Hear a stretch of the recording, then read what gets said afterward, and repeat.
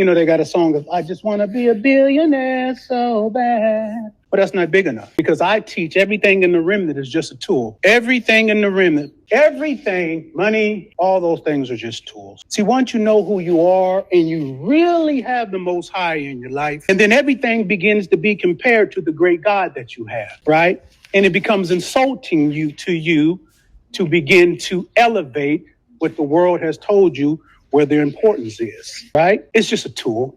That's all. Money is just a tool. Everything is just a tool once you know who you are. When you don't know who you are, it's your value system. And where your treasure is, there your heart will be also.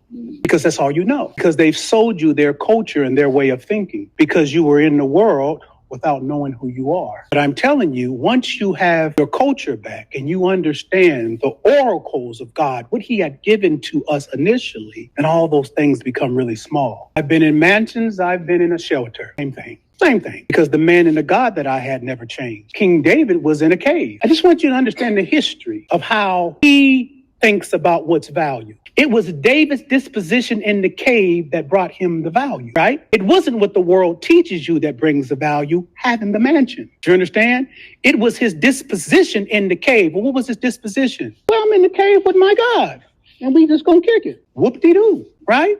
Whatever the purpose he want me to be here in this cave, it's just like a mansion to me, because I haven't changed, and the God that I have doesn't change. See, you don't have that. Because everything that you have has to do with the value of money, and you see yourself valuable through what they have taught you value is. See, the country talks about capitalism where the value is in what you have, money. They teach you that a woman won't like you unless you got some money. Well, why would you want a woman like that anyway, right? But in the remnant, the most valuable thing about a man is his commitment to his God. That's what's valuable. That's why I'm so valuable.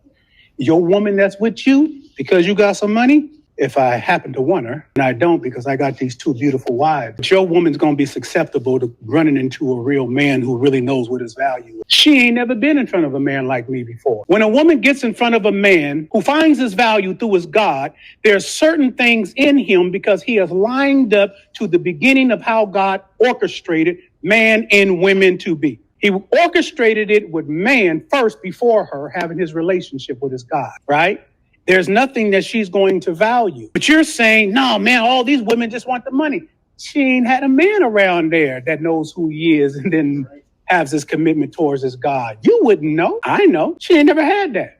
You see, you don't understand that when the man aligns himself, there are things that open in her that's dead that you couldn't open, even with all your money. When the man, the Most High, a man that stands before his God, and he's developed through what we call a salting process. There's a disposition in him like his God. You know that God that made the woman? Yeah, him. There's a disposition in him. And he has those same characteristics of his God, right? And she might have just been looking at you because you got some money or you got some celebrity and you got some fame. But she's dead too. It's all she could see because she's dead too. Both of you are dead. And to a man or a woman that's alive comes into her vicinity. And the whole dang graveyard wakes up. That's what I'm trying to do to you. Don't throw that alarm clock in there. I'm done.